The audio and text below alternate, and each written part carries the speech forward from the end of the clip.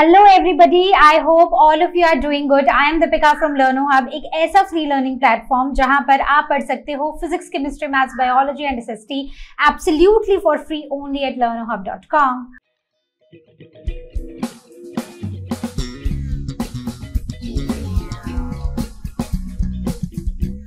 तो आज हम शुरू करने जा रहे हैं आईसीएसई क्लास 7 ज्योग्राफी का नेक्स्ट चैप्टर, और चैप्टर वही कॉन्टिनेंट ऑस्ट्रेलिया से, जहां पर हम ऑस्ट्रेलिया के climate, natural vegetation, wildlife, forest और मिनरल रिसोर्सेज के बारे में पढ़ेंगे।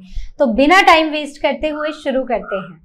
अगर हम ऑस्ट्रेलिया के क्लाइमेट की बात करते हैं तो ऑस्ट्रेलिया का क्लाइमेट बहुत सारे फैक्टर्स पर डिपेंड करता है, जिनमें से इंपॉर्टेंट फैक्टर्स हैं location, land features, direction of the mountain range, wind and the distance of the sea. तो यहाँ पर direction of the mountain ranges लिखा है, ध्यान से पढ़ो क्योंकि डायरेक्शन ने बहुत कुछ बदल दिया है ऑस्ट्रेलिया में। देखेंगे आगे, एक एक को डिस्कस करेंगे। तो इन सब में दो बहुत ही इंपॉर्टेंट फीचर्स हैं, और वो हैं लोकेशन और इनके लैंड फीचर्स की ऑस्ट्रेलिया ग्लोब के ऊपर कहां पर है। तो अब अगर हम ये ग्लोब को देखें तो यहाँ पर है बीच, ये है इक्वेटर की लाइन, राइट, और यहाँ पर नीचे है ट्रॉपिक ऑफ कैप्रिकॉर्न। तो हमें पता है इक्वेटर अर्थ को दो हिस्सों में बांट देता है, नॉर्दर्न हेमिस्फीयर और सदर्न हेमिस्फीयर। नॉर्दर्न हेमिस्फीयर में 23.5 डिग्री नॉर्थ पर होता है ट्रॉपिक ऑफ कैंसर, और सेम ही 23.5 डिग्री साउथ पर होता है ट्रॉपिक ऑफ कैप्रिकॉर्न। ठीक है, अब ट्रॉपिक ऑफ कैप्रिकॉर्न की लाइन अगर आप देखो तो वो ऑस्ट्रेलिया के ऑलमोस्ट बीच से गुजरती है, और ये ऑस्ट्रेलिया को दो हिस्सों में बांट देती है। एक ऊपर हिस्सा रह जाता है, एक नीचे रह जाता है। जो ऊपर रह जाता है तो बेसिकली ये वाला जो रीजन है ये आता है ट्रॉपिक्स में, और जो नीचे आ जाता है ये आता है टेम्परेट जोन में। तो जो ट्रॉपिक्स में आता है वो रीजन है जहां पर थ्रू आउट द ईयर गर्मी रहती है, ज्यादातर गर्मी रहती है, और टेम्परेट रीजन्स वो हैं जहां पर गर्मियों में गर्मी रहेगी लेकिन सर्दियों में वहां पर ठंडी रहती है। तो ये सब देखा जाता है। सिमिलरली हम जब इंडिया पढ़ेंगे ना, तो इंडिया में भी हम कुछ सिमिलर सी चीजें पढ़ेंगे। वैसे तो हमने अफ्रीका भी पढ़ा था। तो ये जो ट्रॉपिक ऑफ कैप्रिकॉर्न की लाइन है, ट्रॉपिक ऑफ कैप्रिकॉर्न की लाइन दो हिस्सों में बांट रही है ऑस्ट्रेलिया को, करेक्ट। तो हम एक एक फीचर को उठाएंगे और उसको ध्यान से पढ़ेंगे, लेकिन सबसे इंपॉर्टेंट बात यह है कि जो दो फैक्टर्स, जो सबसे इंपॉर्टेंट दो फैक्टर्स हैं जो ऑस्ट्रेलिया के क्लाइमेट को अफेक्ट करते हैं, वो है लोकेशन, मतलब कि वो कौन से जोन में आता है। ठीक है, आधा आता है ट्रॉपिक्स में, आधा आता है टेम्परेट में। दूसरा land features, land features influence करते हैं कि वहां पर बारिश कैसी होगी, वहां पर वो सेमी एरिड रीजन्स होंगे या एरिड रीजन्स होंगे, मतलब ड्राई होंगे या सेमी ड्राई रीजन्स होंगे, और वहाँ की वेजिटेशन कैसी होगी। तो ये बात तो हमें बहुत क्लियर है कि किसी भी कंट्री का क्लाइमेट वेजिटेशन डिपेंड करती है कि वहाँ का क्लाइमेट कैसा है, क्लाइमेटिक जोन्स कैसे हैं, करेक्ट। तो पहले बात करते हैं लोकेशन की। सो factors affecting the climate of Australia, the first point is location. Location एक बहुत ही इंपॉर्टेंट फैक्टर है जो क्लाइमेट को डिसाइड करता है, किसी भी रीजन के क्लाइमेट को। तो जैसे कि हमने देखा कि जो नॉर्दर्न पार्ट है वो ट्रॉपिक्स में है, तो बीच से ट्रॉपिक ऑफ कैप्रिकॉर्न की लाइन गुजर रही है, इससे ऊपर ट्रॉपिक्स है और इससे नीचे टेम्परेट जोन है। तो ये जो ट्रॉपिकल जोन है बेसिकली ये through out the year warm या हॉट क्लाइमेट रहता है, ह्यूमिडिटी काफी ज्यादा रहती है। वहीं पर अगर आप नीचे की तरफ आ जाओगे टुवर्ड्स द साउथ, तो इस लाइन के नीचे की तरफ को आ जाओगे, सो this is almost southern Australia. तो सदर्न ऑस्ट्रेलिया गर्मियों में तो वार्म होता है, गर्म रहेगा, लेकिन सर्दियों में ठंडा रहता है। तो देखो, जैसे हम बात करते हैं, अगर इंडिया में अगर हम सीजन्स की बात करें तो इंडिया में भी क्या है कि ट्रॉपिक ऑफ कैंसर की लाइन बीच से गुजर रही है। तो हम देखते हैं कि जो नॉर्दर्न पार्ट ऑफ इंडिया है वहाँ समर्स में बहुत ज्यादा गर्मी होती है, लेकिन विंटर्स में वहां पर ठंडी होती है, करेक्ट। वैसे ही अगर हम सदर्न पार्ट में आ जाएं तो थ्रू आउट द ईयर हमें गर्मी देखने को मिलती है सदर्न पार्ट ऑफ इंडिया में, करेक्ट। अब नॉर्दर्न मतलब अगर हम इंडिया के सीजन्स को देखें तो इंडिया में ऑलमोस्ट मार्च से लेकर अक्टूबर तक गर्मी रहती है, और उसके बाद नवंबर से फरवरी तक ठंडा मौसम रहता है। इसका एग्जैक्टली ऑपोजिट सीजन्स देखे जाते हैं ऑस्ट्रेलिया में, क्योंकि ऑस्ट्रेलिया सर्दर्न हेमिस्फीयर में है। तो अब सन की डायरेक्शन, जब सन टिल्ट हो जाता है टुवर्ड्स द सर्दर्न हेमिस्फीयर, तो सर्दर्न हेमिस्फीयर में गर्मी आ जाती है और ये टिल्ट होता है अराउंड वही अक्टूबर नवंबर टिल फरवरी मार्च। तो ये तब सर्दर्न हेमिस्फीयर में गर्मी आती है, और जब यहाँ पर गर्मी होती है तो नॉर्दर्न हेमिस्फीयर, तो हमारी कंट्री में सर्दियों का मौसम चल रहा होता है। तो अगर हम इस समय की बात करें जब हम इस चैप्टर को पढ़ रहे हैं, तो अभी सितंबर चल रहा है, तो सितंबर में जहां पर इंडिया में ऑलमोस्ट गर्म टेम्परेचर है, वहीं विंटर्स हैं ऑस्ट्रेलिया में, सर्दर्न हेमिस्फीयर में विंटर्स हैं। अब सन जो है वो धीरे धीरे धीरे साउथ की तरफ को मूव कर रहा है, जिससे अब सन ज्यादा गर्मी देगा सर्दर्न हेमिस्फीयर में नवंबर दिसंबर में, और वही नॉर्थ वाली साइड पर ये धूप कम मिलेगी। तो नॉर्दर्न हेमिस्फीयर में ठंडा होगा और सर्दर्न हेमिस्फीयर में गर्मी होगी। ठीक है, so rest of the Australia lies in the tropics, तो ये हम सब पढ़ चुके हैं। अब हम बात करते हैं दूसरे इंपॉर्टेंट फीचर की, और वो है इसका कोस्ट। तो अगर हम ईस्ट कोस्ट की तरफ जाएं, ठीक है, तो ईस्ट कोस्ट में अब क्या है कि ईस्ट कोस्ट, अब ये है हमारा डायरेक्शंस, जैसे कि हम हर बार बनाते ही हैं। तो ईस्ट मतलब हम इस तरफ की बात कर रहे हैं, तो ईस्ट कोस्ट में क्या है कि यहाँ से ना साउथ ईस्ट ट्रेड विंड्स चलती हैं। कौन सी? South east trade winds. तो ये ट्रेड विंड्स आती हैं सी की तरफ से, और ये खूब सारा मॉइस्चर लेकर आती हैं और बहुत सारी बारिश कर देती हैं ईस्ट कोस्ट में। ठीक है, सो ईस्ट कोस्ट रेनफॉल ज्यादा होती है क्योंकि साउथ ईस्ट ट्रेड विंड्स आती हैं। रेनफॉल जैसे जैसे हम वेस्ट की तरफ को जाते हैं, ये रेनफॉल कम होती जाती है क्योंकि यहाँ पर ईस्टर्न हाईलैंड्स हैं। तो अब यहाँ पर क्या है, यहाँ पर बड़े बड़े हाईलैंड्स हैं, जिन्हें हमने ईस्टर्न हाईलैंड्स भी पढ़ा था लास्ट चैप्टर में। तो जब हवाएं आती हैं तो ये हाईलैंड्स एक तरह से बैरियर एक्ट करते हैं। हवा आई, इन बैरियर से टकराई, सारी बारिश ईस्ट में हो गई और वेस्टर्न ऑस्ट्रेलिया ड्राई रह गया। तो इस तरह ये लैंड फीचर्स हमारे किसी भी रीजन के क्लाइमेट को बहुत ज्यादा अफेक्ट करते हैं। सो वैसे ही सेंट्रल और वेस्टर्न रीजन्स की अगर बात करें तो सेंट्रल को सेमी ड्राई देखा गया है और वेस्टर्न तो पूरी तरह डेजर्ट देखा गया है, तो वो पूरी तरह ड्राई रीजन्स देखे गए हैं। अब जैसे वही हम बात कर रहे थे, तो यहाँ पर मैं आपको सेम चीज एक्सप्लेन करने वाली हूँ। तो ऑलमोस्ट यहाँ पर ना आपको वो ईस्टर्न हाईलैंड्स देखने को मिलते हैं, यहाँ से साउथ ईस्ट ट्रेड विंड्स आती हैं, इन ईस्टर्न हाईलैंड से टकराती हैं, खूब सारी बारिश यहाँ पर करती हैं और बहुत कम विंड्स, बहुत कम moisture laden winds towards the west जाती हैं, इसलिए वहां पर ड्राई रह जाता है और ये वाला जो पूरा जोन है यहाँ पर जम के बारिश देखी जाती है। अब बात करते हैं डायरेक्शन ऑफ माउंटेन रेंज। देखो डायरेक्शन जो है ना ये बड़ी ही इंपॉर्टेंट है। अब जैसे हमने देखा है कि यहाँ पर है ये डिवाइडिंग रेंज, ठीक है। डिवाइडिंग रेंज जो है it runs from north towards the south, तो ये नॉर्थ से साउथ की तरफ को जा रही है। तो हो क्या रहा है कि जब साउथ ईस्ट ट्रेड विंड्स आ रही हैं साउथ ईस्ट से, तो ये आ रही है, ये यहाँ पर टकरा रही है, बारिश हो जा रही है, और इसके पीछे वाला जो रीजन है, वेस्ट की तरफ को जो रीजन है, वो पूरा ड्राई रह रहा है। मान लो कि अगर इसकी डायरेक्शन जो है वो ईस्ट से वेस्ट को होती तो क्या होता, तो बारिश आती, जो मॉइस्चर वाले विंड्स हैं वो आते और वो थ्रू आउट द ऑस्ट्रेलिया वो अच्छी खासी बारिश करते। मान लो जस्ट एन एग्जाम्पल, ठीक है, ऐसा है नहीं बट जस्ट एन एग्जाम्पल, मान लो ये डिवाइडिंग रेंज यहाँ पर होती तो क्या होता कि यहाँ पर थोड़ी कम बारिश देखने को मिलती, यहाँ से चलो नॉर्थ वेस्ट मॉनसून आ जाते, लेकिन साउथ ईस्ट ट्रेड विंड्स की वजह से यहाँ पर बारिश नहीं होती, लेकिन इस पूरे रीजन में बारिश होती, तो ऑस्ट्रेलिया में डेजर्ट लाइक कंडीशंस बनती ही नहीं। आप समझ गए।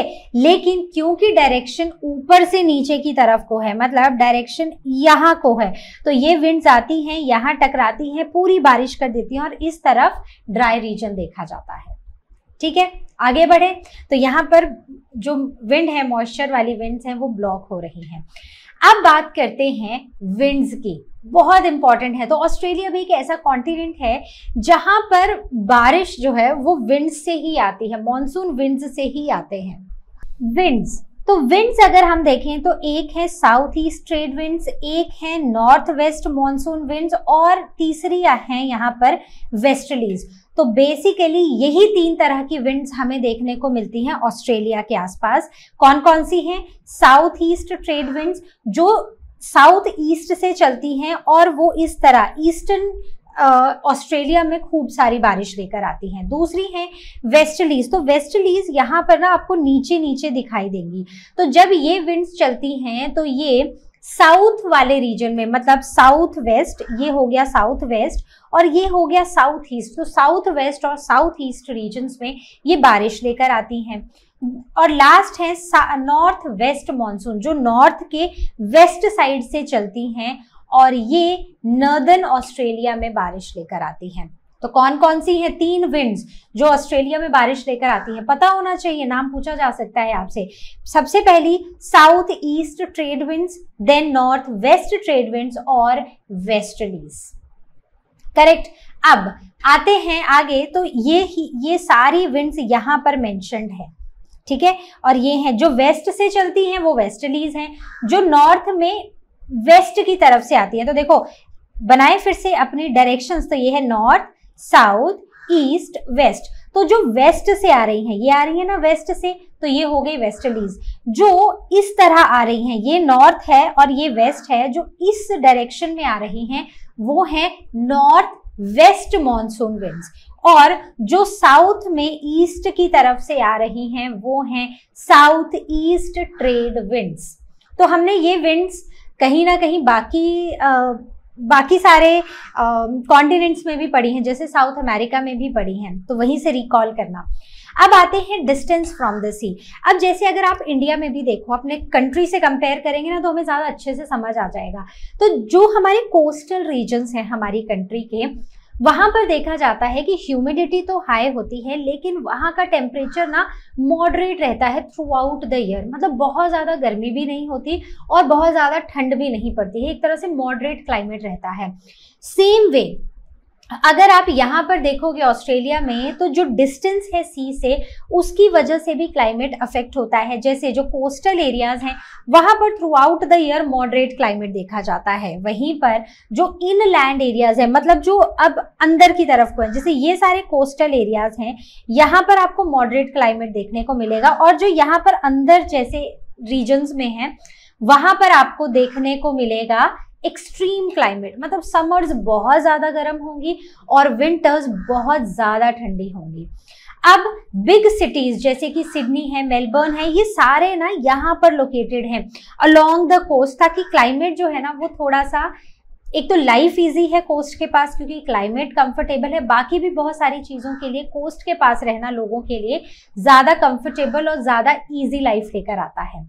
अब बात करते हैं यहाँ के सीजनल पैटर्न्स की। तो देखो सीजनल पैटर्न जैसे कि मैंने आपको बोला था इंडिया से कंपेयर करते हैं। तो अगर हम समर्स की बात करें तो जब इंडिया के विंटर्स होते हैं अक्टूबर से मार्च तक, उस समय पर ऑस्ट्रेलिया में क्या होता है, समर्स होते हैं। तो जब इंडिया में विंटर्स हैं तो ऑस्ट्रेलिया में समर्स हैं।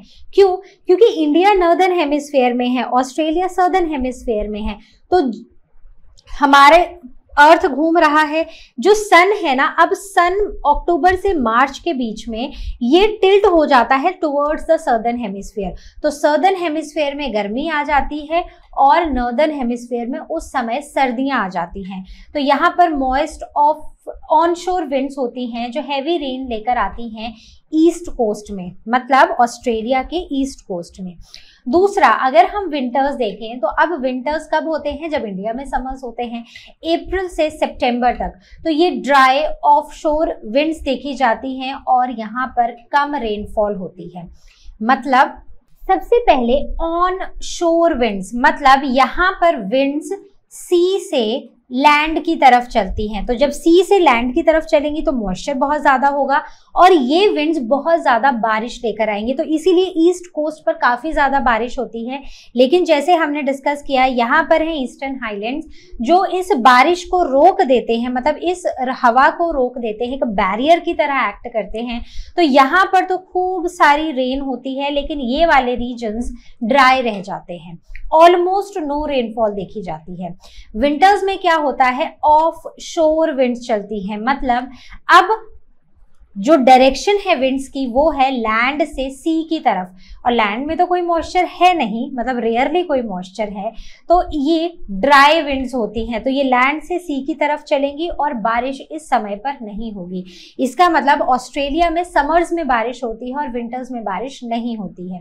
सेंट्रल और वेस्टर्न ऑस्ट्रेलिया की अगर हम बात करें तो यहाँ पर हाई टेम्परेचर देखा जाता है और लो रेनफॉल होती है और डेजर्ट लाइक कंडीशंस बनी होती है।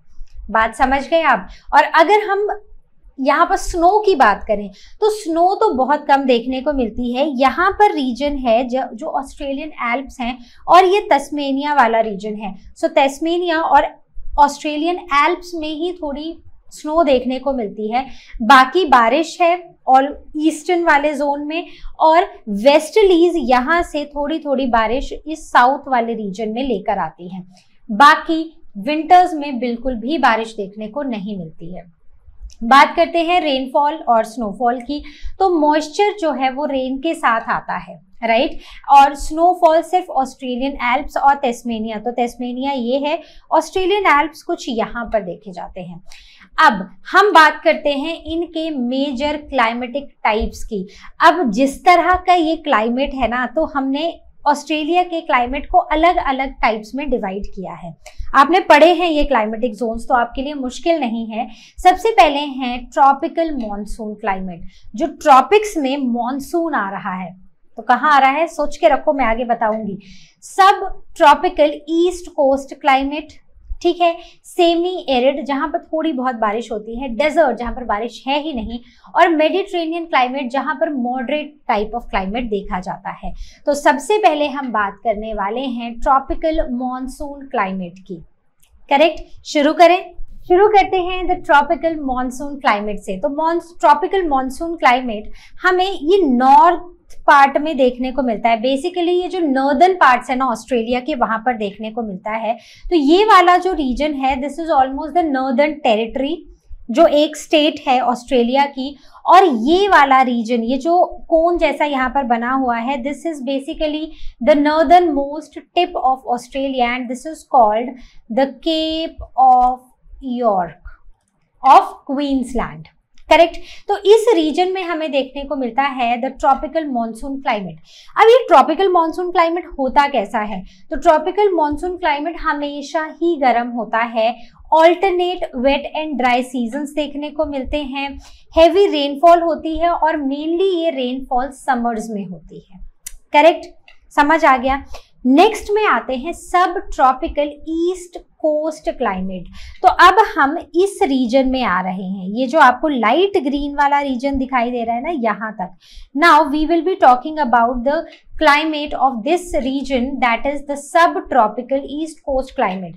यहाँ क्या होता है, यहाँ वार्म से हॉट तक होता है। जैसे हम ट्रॉपिकल मॉनसून की बात कर रहे थे, तो वहां पर हमेशा ही हॉट क्लाइमेट होता है, बस ड्राई और वेट रीजन्स ऑल्टरनेट होते हैं। करेक्ट। लेकिन इस रीजन में ये कभी वार्म होता है और कभी ये बहुत गर्म देखा जाता है। वार्म एंड माइल्ड विंटर्स देखे जाते हैं और मॉडरेट रेनफॉल देखी जाती है। वहीं पर कहाँ ईस्ट कोस्ट में, ये पूरा का पूरा ईस्ट कोस्ट है, और ये जो अलग से आपको आइलैंड दिखाई दे रहा है दैट इज तस्मेनिया। याद रहेगा। तो जब भी आप ये पढ़ोगे तो आप मैप साथ में लेकर बैठोगे, क्योंकि आप पहले तो आपने स्टेट्स पढ़ ली हैं, कहाँ पर कौन कौन सी है, उनकी कैपिटल्स भी पढ़ी हैं। अब आप इनको ना, जब आप मैप के साथ पढ़ोगे ना, तो आपको ऐसे याद रह जाएगा। ईस्ट वेस्ट नॉर्थ साउथ तो वैसे ही दिमाग में रह जाएगा, तो इजी हो जाएगा आपके लिए चीज़ों को अंडरस्टैंड करना और चीज़ों को याद रखना। Next is semi arid climate, मतलब सेमी ड्राई वाला क्लाइमेट। तो सेमी एरिड क्लाइमेट जो है वो यहाँ पर है। ये जो आपको येलोविश में दिखाई दे रहा है ना, ये वाला रीजन, ठीक है। इसका मतलब है कि वो जो सब ट्रॉपिकल और ट्रॉपिकल है उसके नीचे है ये क्लाइमेट। यहाँ पर बहुत ही गर्म समर्स देखी जाती हैं और माइल्ड विंटर्स देखी जाती हैं। वहीं पर रेनफॉल कम होती है, क्योंकि दिस इज सेमी एरिड।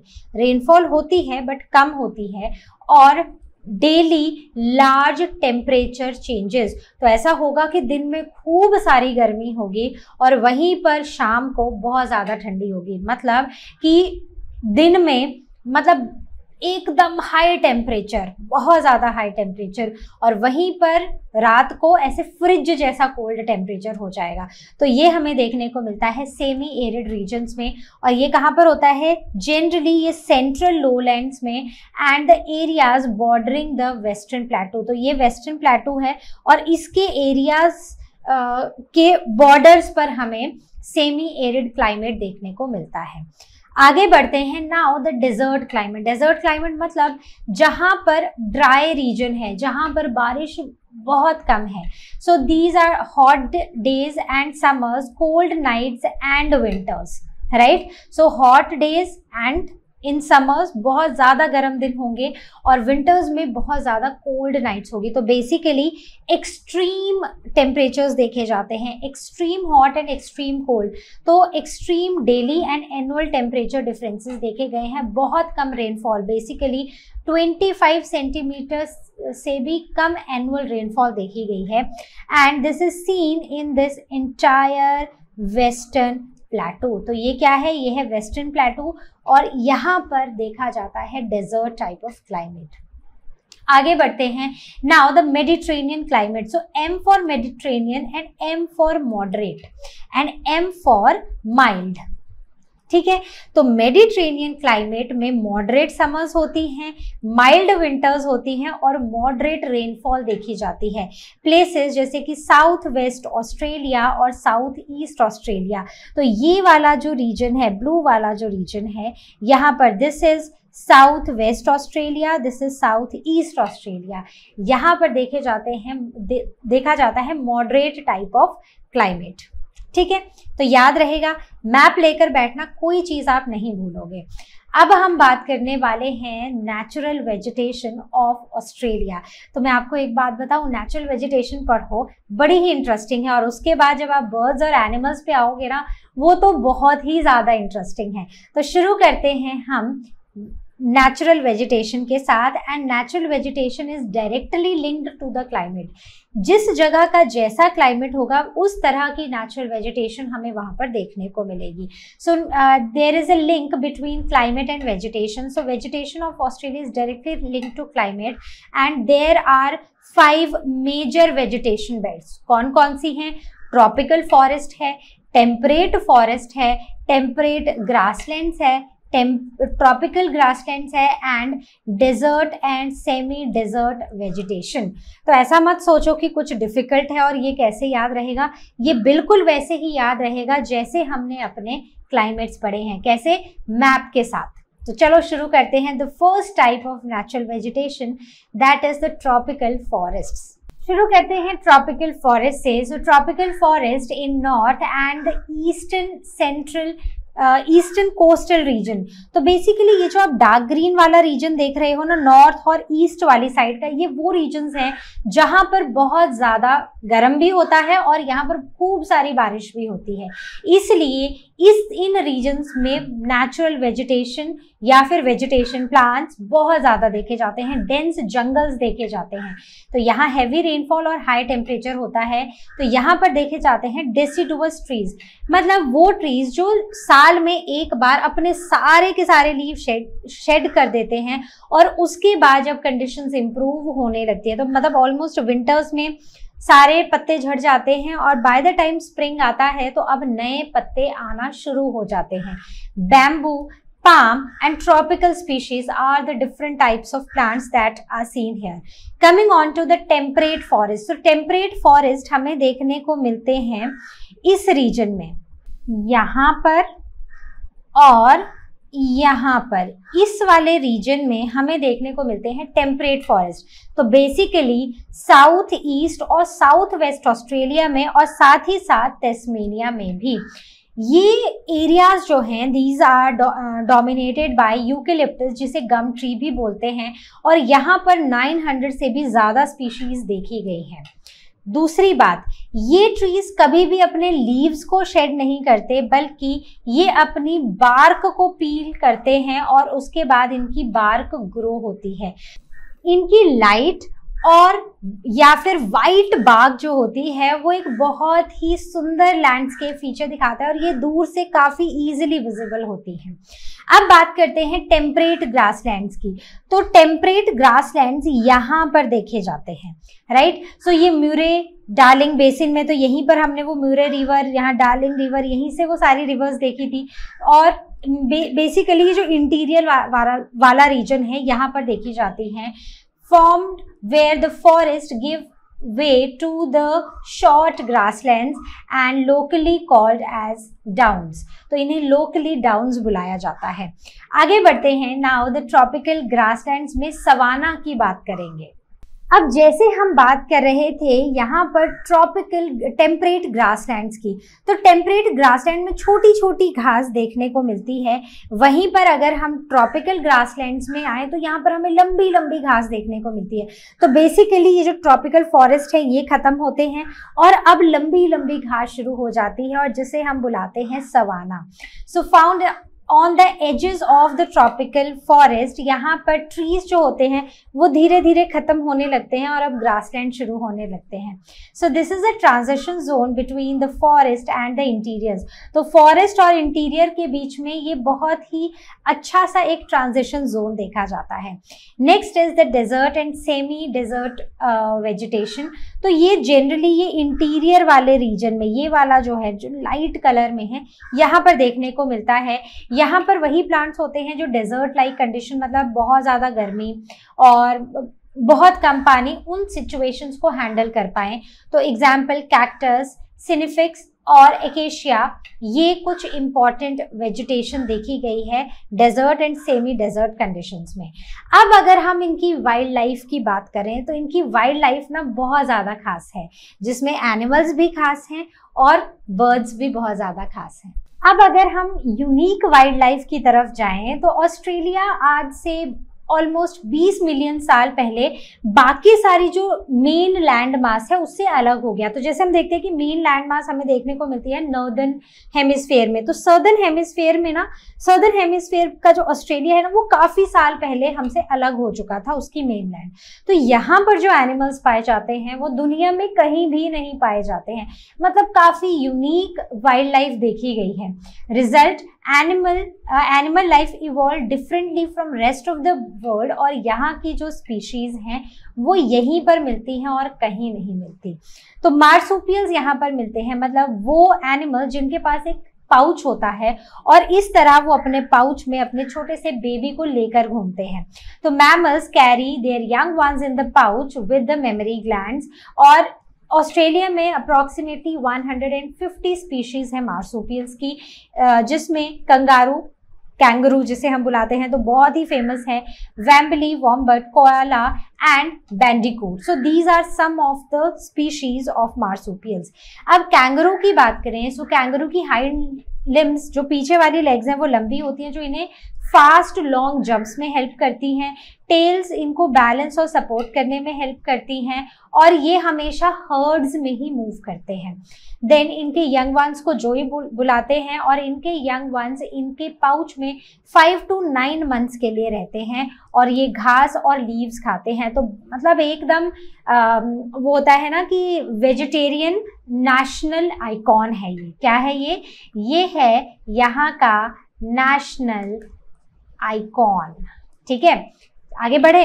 अब बात करते हैं कोआला की। तो कोआला ना एक बहुत ही लेजी सा फूडी एनिमल है जो कि बहुत ही पॉपुलर है, और दूसरा आर्बोरियल है। बेसिकली ये ट्रीज के ऊपर रहता है। इसकी हाइट कुछ 75 सेंटीमीटर्स तक की होती है और इसका खाना सिर्फ और सिर्फ यूकेलिप्टस लीव्स हैं। आगे बढ़ते हैं कुछ और यूनिक मार्सुपियल्स की तरफ। तो टेस्मेनियन डेविल जो एक कार्निवोरस मार्सुपियल है और इसे ये काफी खतरनाक भी माना जाता है और इसकी ईटिंग हैबिट्स में भी ये मीट खाता है। देन डिंगो जो कि एक वाइल्ड डॉग है ऑस्ट्रेलिया का, मतलब ये डेजर्ट का असली बॉडीगार्ड माना जाता है। Next monotreme which is the egg laying mammal. इसमें काफी सारे आते हैं जैसे प्लैटिपस। तो एक्वेटिक है, डक के जैसी इसकी बिल है और पॉइजनस पर है। देन एकेडिनिया जो स्पाइनी एंट ईटर है, and these are the only living egg laying mammals that are found. Next are the birds, बड़े ही सुंदर, बड़े ही प्यारे होते हैं इनके बर्ड्स। तो इनके यूनिक बर्ड्स हैं जैसे ईमू, कैसवेरी जो फ्लाइटलेस बर्ड्स हैं, तो ईमू और कैसवेरी फ्लाइटलेस बर्ड्स हैं। फिर बात करते हैं और बर्ड जैसे लायरी बर्ड जो मिमिक करता है साउंड का, तो मतलब ये किसी भी साउंड को या किसी की भी साउंड को कॉपी कर सकता है, ऐसा एक बर्ड है। देन बोवर बर्ड जो घर सजाता है फीमेल्स को अट्रैक्ट करने के लिए, तो बेसिकली जैसे एक शादी का मंडप सजाया जाता है वैसे ही ये बर्ड अपने घर को सजाता है फीमेल्स को अट्रैक्ट करने के लिए, इम्प्रेस करने के लिए। देन डेकोरेटिव नेस्ट होते हैं इनके। देन कोकाबुरा जो लाफिंग जैकैस है, ये बर्ड जब हंसता है ना, या फिर ये बर्ड जब बुलाता है, बात करता है, तो इसकी बात हंसी जैसी लगती है, जैसे कि कोई हंस रहा हो, तो इसीलिए इसे लाफिंग जैकैस भी बुलाते हैं। देन वाटर बर्ड्स, तो वाटर बर्ड्स में है black sworn, Spoonbill, heron and duck जो इनलैंड वाटर्स में रहते हैं, मतलब अंदर जो पानी है वहां पर रहते हैं। देन सी बर्ड जैसे कि गल, टेरन, एल्बेट्रॉस, तो ये कॉमन सी बर्ड्स देखे गए हैं, तो ये सी बर्ड्स हैं। और ये जो लैंड के अंदर पानी है उन वाले इनलैंड बर्ड्स मतलब इनलैंड वाटर्स में रहते हैं। तो ऑस्ट्रेलिया के बर्ड्स सिंगर भी हैं, कॉमेडियन भी हैं और डेकोरेटर्स भी हैं, तो एकदम यूनिक तरह के बर्ड्स हमें ऑस्ट्रेलिया में देखने को मिलते हैं। नेक्स्ट है, तो इसको देख के ऐसा नहीं लग रहा कि हमें ऑस्ट्रेलिया जाना चाहिए, बिल्कुल जाना चाहिए। मैं तो ज़रूर ऐसे बर्ड्स देखना चाहूँगी जो ऐसे कॉमेडियन, एक्टर्स और डेकोरेटर्स हैं। चलो आगे देखते हैं। Now we will be talking about the reptiles and snakes. तो यहाँ पर बहुत सारी लिजर्ड्स मिलती हैं जैसे जेको, स्किंक एंड जाइंट गुआना। यहाँ पर मोर देन 100 स्पीशीज हैं वेनमस स्नेक्स की, and the most dangerous ones are the taipan, dead adder, tiger snake and copperhead. तो ये बहुत ही डेंजरस रेप्टाइल्स यहाँ पर देखे गए हैं। अब हम आ चुके हैं ऑस्ट्रेलिया के जंगलों में, ऑस्ट्रेलिया के फॉरेस्ट में। जी हाँ, तो ऑस्ट्रेलिया का जो एरिया है उसका 19% एरिया फॉरेस्ट ने कवर किया है, and forest mainly eastern highlands में है जो ईस्ट में है, और दूसरा वेटर कोस्ट प्लेन्स में देखे जाते हैं। अब फॉरेस्ट नॉर्थ ईस्ट कोस्ट में उन्हें हम ट्रॉपिकल रेन फॉरेस्ट बुलाते हैं, और जो बाकी हैं वहां पर मेनली आपको यूकेलिप्टस ट्रीज ही देखने को मिलते हैं, तो मेनली वो यूकेलिप्टस फॉरेस्ट है। तो ऑस्ट्रेलिया का जो सिग्नेचर ट्री है वो यूकेलिप्टस ही माना जाता है। तो इन फॉरेस्ट का हमें क्या क्या यूज है? So they give us wood जिससे पेपर, फ्लोर बोर्ड्स और फर्नीचर्स बनाए जाते हैं। Now coming on to the minerals of Australia. तो ऐसा नहीं है कि यहाँ पर अलग अलग तरह के सुंदर सुंदर कॉमेडियन बर्ड्स और एनिमल्स ही देखने को मिलते हैं, यहाँ पर बहुत सारे मिनरल्स मिलते हैं। तो Australia is rich in gold, copper, zinc, iron, lead, coal, tin, silver, aluminium, petroleum and natural gas. तो एक चीज करें, इन जिसके भी सिंबल्स पॉसिबल हैं उनके लिखें। चलो लिखते हैं gold AU, copper CU, zinc ZN, then iron FE, lead PB, coal नहीं है tin SN, silver AG, aluminium AL। So these are the symbols of these minerals. पता होने चाहिए आपको, केमिस्ट्री में भी बहुत काम आने वाले हैं। Then minerals play a key role in Australia's economy। तो ऑस्ट्रेलिया की इकोनॉमी में ना इन मिनरल्स का होना ये मतलब इकोनॉमी को काफी ज्यादा बूस्ट देते हैं। अब हम बात करते हैं सबसे पहले मिनरल की, विच इज गोल्ड। तो ये इंपॉर्टेंट माइनिंग एरियाज इसके कौन कौन से हैं उनके बारे में पढ़ेंगे। तो इम्पॉर्टेंट माइनिंग एरियाज हैं कलगूरली, कूलग्रेडी, बेंडिगो, बैलरट एंड टेने क्रीक। तो इनको देखो, तो ये देखो यहाँ पर है कलगूरली, कूलग्रेडी, बेंडिगो और टेनन क्रीक नॉर्दर्न टेरिटरी में है।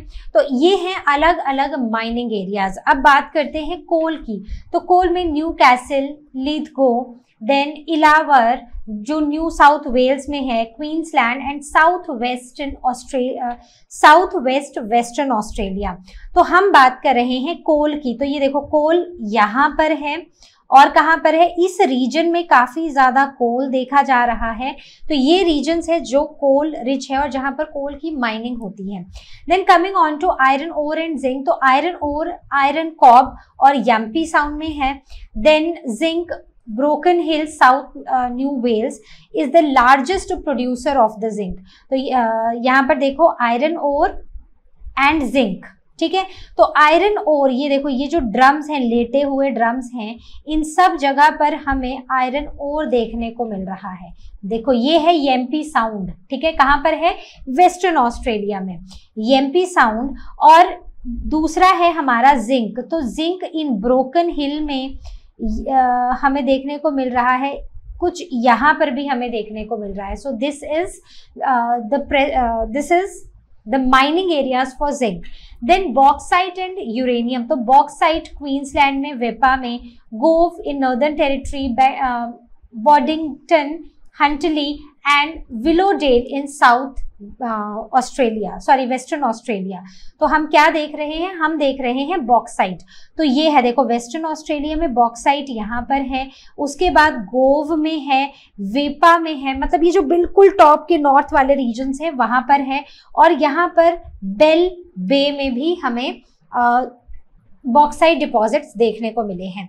अब यूरेनियम के लिए आते हैं। तो यूरेनियम नॉर्दर्न टेरिटरी में, रेंजर में, Olympic Dam, Beverley, Honeymoon South Australia में देखने को मिलता है यूरेनियम। तो यूरेनियम ये देखो रेंजर में है, फिर यहाँ पर आओ तो ओलंपिक डैम, बेवर्ले, हनीमून, ये दोनों जगह साथ साथ है, यहाँ पर देखने को मिलता है। बस थोड़ा थोड़ा सा ना इनको मार्क कर लेना मैप में, आपको याद रहेगा। आप तो हर बार पढ़ोगे तो वो ऑटोमेटिकली दिमाग में बैठ जाएगा। Then petroleum and the natural gas. तो पेट्रोलियम और natural gas Western Australia, Bass Strait, Northern Territory और ताइमोर सी में देखने को मिलते हैं। तो देखो कहाँ कहाँ पर है, यहाँ पर आते हैं पेट्रोलियम और नेचुरल गैस, ठीक है। तो पेट्रोलियम और नेचुरल गैस, तो हमें ऐसे ड्रम्स ढूंढने हैं और नेचुरल गैस के लिए ऐसे ड्रॉप ढूंढनी है, राइट। तो ये देखो यहाँ पर इस एरिया में, यहाँ पर सी में और इन एरियाज में हमें पेट्रोलियम और नेचुरल गैस देखने को मिले हैं। So these are the area जहां पर मिनरल्स पाए जाते हैं। तो आपको क्या करना है, आपको पहले तो ये पढ़ लेना है कि कौन कौन से मिनरल्स प्रेजेंट हैं ऑस्ट्रेलिया की लैंड में और ऑस्ट्रेलिया मतलब किन किन की माइनिंग कर रहा है। उसके बाद आपको इस मैप को देखना है और इस मैप में हर एक को ढूंढना है कि कहाँ कहाँ पर है। बाकी आपको पता ही है नॉर्दर्न टेरिटरी, वेस्टर्न ऑस्ट्रेलिया और ये सब, तो आपको उस तरह डिवाइड करके पूरे मिनरल्स को रिकॉल कर लेना है। दैट्स इट, कोई मुश्किल नहीं है, बस ये है कि यहाँ पर आपको थोड़े से नाम याद रखने पड़ेंगे। So this was all from our today's session. I hope you understood the chapter. तो हमारा ऑस्ट्रेलिया कॉन्टिनेंट खत्म हो चुका है, अब हमारा बचा है एंटार्क्टिका जो हम नेक्स्ट सेशन में पढ़ेंगे। Till then you all take care and as you all know, learn हम मतलब फ्री है पर बेस्ट है।